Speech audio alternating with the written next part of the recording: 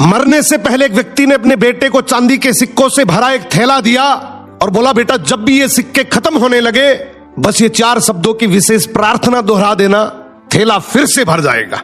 पिता ने बेटे के कान में वो 4 शब्द कहे और सदा के लिए आंखें मूंद ली। वो वर्षों तक उन सिक्कों को खर्च करता रहा। जीवन की चकाचौंध और ऐशो आराम में वो इतना डूब गया कि उसे उन 4 शब्दों की याद ही नहीं रही। उसे लगा कि ये खजाना कभी खत्म नहीं होगा। परंतु धीरे धीरे थैला खाली होने लगा। अब बेटे को घबराहट हुई। उसने याद करने की बहुत कोशिश की, पर वो शब्द उसके दिमाग से फिसल चुके थे। वो पागलों की तरह लोगों से पूछने लगा। पहले पड़ोसी से पूछता है कि ऐसी कोई प्रार्थना तुम जानते हो क्या जिसमें 4 शब्द हो? पड़ोसी बोला, हाँ मैं एक 4 शब्दों की प्रार्थना जानता हूँ, ईश्वर मेरी मदद करो।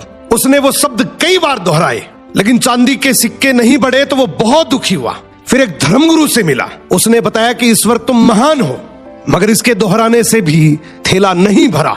फिर वो एक नेता से मिला। उसने मजाक में कहा, जरूर ये होगा, ईश्वर को वोट दो। परंतु कुछ नहीं बदला। वो निराश होकर अपने घर की दहलीज पर बैठ गया। तभी एक भूखा भिखारी उसके द्वार पर आया। लड़के के पास खुद के लिए भी बहुत कम बचा था, फिर भी उसने अपना बचा हुआ भोजन उस भिखारी को दे दिया। भोजन करने के बाद भिखारी की आंखों में चमक आई। उसने तृप्त होकर बर्तन लौटाया और हाथ जोड़कर कहा, हे ईश्वर तुम्हारा धन्यवाद। लड़का चौंक उठा। उसने सोचा यही वो चिर परिचित शब्द थे। उसने दोहराना शुरू किया, हे ईश्वर तुम्हारा धन्यवाद। देखते ही देखते उसका थैला फिर से चांदी के सिक्कों से लबालब भर गया।